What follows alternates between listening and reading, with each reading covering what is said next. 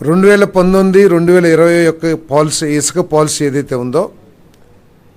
కనీసం దీని మూలంగా ప్రజలకి మేలు జరుగుతుందా, రాష్ట్రానికి మేలు జరుగుతుందా, లేకపోతే భవన నిర్మాణ కార్మికులకి మేలు జరుగుతుందా, నష్టం జరుగుతున్నా కూడా పట్టించుకోకుండా వాళ్ళు ఈ ఇసుక విధానాన్ని తీసుకొచ్చిన విషయం మనందరికీ కూడా తెలిసిందే.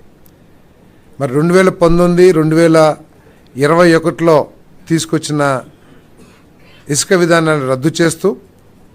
ఆ ప్రభుత్వం చేసుకున్న అగ్రిమెంట్స్, పెద్ద పెద్ద జేపీ తర్వాత ఇంకేదో పెద్ద పెద్ద సంస్థలు బయట నుంచి తీసుకొచ్చి ఏదైతే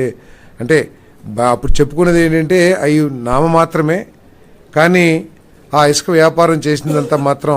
వేరే వాళ్ళని చెప్పేసి చెప్పుకుంటుండేవాళ్ళు. ఏదేమైనా ఇక్కడ ఆ అగ్రిమెంట్లన్నీ కూడా రద్దు చేసేయడం జరిగిందని చెప్పేసి మనం ఆ విధానాన్ని, అదేవిధంగా ఆ అగ్రిమెంట్లు కూడా అన్నీ రద్దు చేయడం జరిగిందని చెప్పేసి మనం చేస్తాం.